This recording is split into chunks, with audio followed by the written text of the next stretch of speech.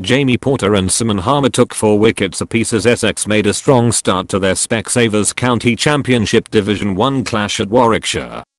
September 13, 2017, 10:30 am. Live on. Essex came into the clash knowing a victory could secure them a first county championship title since 1992, and captain Ryan Tendoshart's decision to field first was soon justified.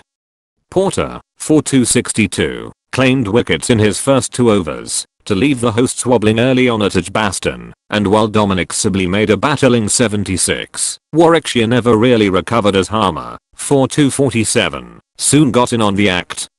After Warwickshire fell to 201 all out, Essex openers Veron Chopra, 42-no, and Nick Brown, 23-no, began positively in their first innings, and they had advanced to 69-0 by stumps. Lancashire are the only side who can realistically deny Essex a first title in 25 years, but a century from Stephen Davis held them up on day 1 at relegation-threatened Somerset. Somerset closed on 332-9 at Taunton, with Davis making 111, before he was bowled by Tom Bailey late in the day. Bailey had got Lancashire up and running with the wicket of Marcus Trescothick, 25, but young leg spinner Matthew Parkinson was the pick of the visitors' bowlers, taking 4-2-68. Glenn Chappell's side will hope to take the final Somerset wicket swiftly on day 2 as they aim to keep their slim title hopes alive. At the Oval, Mark Stoneman strengthened his case for a place in the England squad for this winter's Ashes with a century for Surrey against Yorkshire. The opener was in fine form on his return to the Surrey lineup, hitting 22 boundaries in his knock of 131 as Surrey reached 398-3 at stumps. It was a difficult day for the Yorkshire bowlers as Rory Burns made 75 at the top of the order and Kuma Sangakkara and Ben Foakes also made 50s. Sangakkara and Foakes will resume on 85 and 64, respectively, as draw specialists Surrey endeavour to build a platform from which they can catapult themselves to only a second championship win of the season. Meanwhile, Middlesex and Hampshire must wait until tomorrow to get their match underway after the first day was abandoned without a ball being bowled due to a wet outfield at Uxbridge.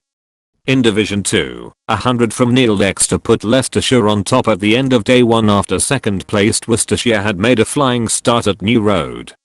Wickets from Josh Tongue, Joe Leach and Ed Barnard had reduced Leicestershire 25-3, but a stand of 104 between Mark Cosgrove, 74, and Adil Ali, 40, prevented a collapse, and Dexter then helped put the away side in the ascendancy.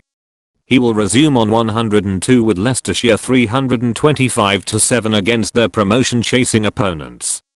Gloucestershire's Cameron Bancroft finished unbeaten on 124 at the end of the first day against Kent. The opener accounted for more than half of his side's runs as Gloucestershire finished on 242-5 in Bristol. Bancroft shared an opening partnership of 141 with Chris Dent, 59, and it took the part-time leg spin of Joe Denley to eventually break the stand. It was one of 2 wickets for Denley, 2-2-64, as, Bancroft aside, the hosts stuttered after an encouraging start. David Wees and George Garton shared 7 wickets for Sussex as Derbyshire closed on 338-9 at Hove. Lewis Rees, 51, and Ben Slater, 48, put on 101 for the first wicket, before falling in quick succession to Garton, 3-2-79, who also dismissed number 3 Billy Godalman, 51. Derbyshire were boosted by contributions throughout the order, but no one was able to push on as Wees, 4-2-63, got stuck into the middle and lower order, although Harvey Hossain, 38-no, stood firm. Richard Gleeson's 5-4 helped Northamptonshire to bowl out Glamorgan for just 207 in Cardiff, but a good day for the visitors was tempered by the loss of 2 early wickets in their reply. Having bowled Glamorgan skipper Jacques Rudolph, 0, Gleeson returned to tear through the middle order and wrapped up the innings with the wicket of Andrew Salter, 59, who top scored for the hosts. Northants will begin day 2 on 59-2 having lost Ben Duckett, 11, and David Murphy, 9, before the close.